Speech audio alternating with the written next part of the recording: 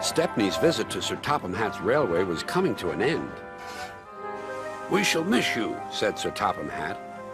Then he turned his attention to all the other engines. "My railway is very busy, and I'm pleased with you, but you need help. A diesel is all that's available. Please do your best to avoid any disturbances." "What does that mean?" whispered Duck. That means this diesel is difficult, snapped James. And he was. The diesel surveyed the shed. "Not bad. I've seen worse. At least you're all clean."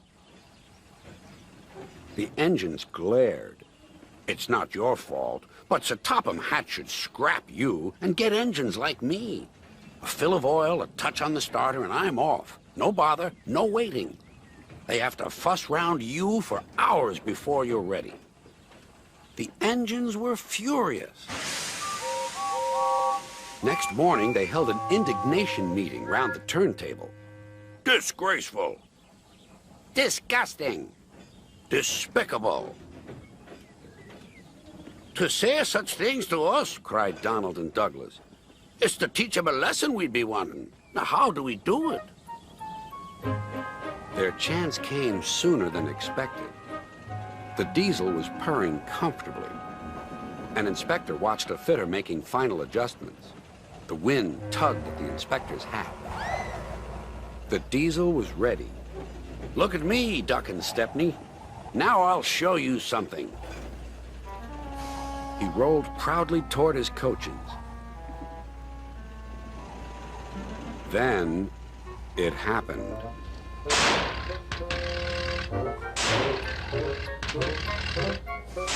Shaking and spluttering, the diesel stopped. Meanwhile, the inspector was looking for his hat. The diesel seethed with fury as Duck and Stepney pushed him back to the shed. "My hat!" exclaimed the inspector. "You sucked it through your air intake." "Bother your hat. The heavy train's due out. You'll have to take it, Duck. Stepney, will you help, please?" "Thank you, sir," cried Stepney.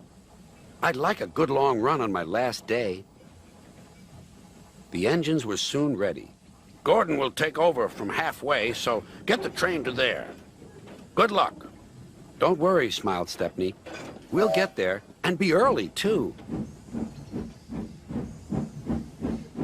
The cavalcade moved carefully over the rails and out to the open line. "Now for a sprint," puffed Stepney. "I'm ready when you are," replied Duck.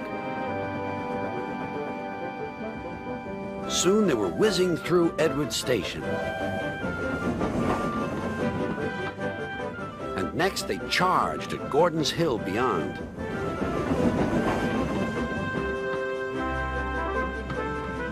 They felt the drag of the heavy coaches here. It was hard work.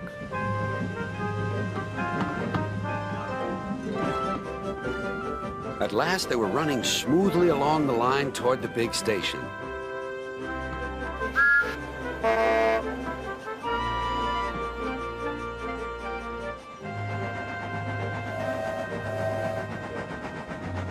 "Hello, you're early," said Gordon. "That's one in the headlamp for old Diesel. James says he's sick as boiler sludge and sulking in the shed. Serves him right for saying we're out of date." And Gordon chortled away. Next day, everyone came to say goodbye to Stepney. "Come back and see us soon," whistled the engines. "And you are always welcome on my Bluebell Railway, too," replied Stepney. Then he puffed away.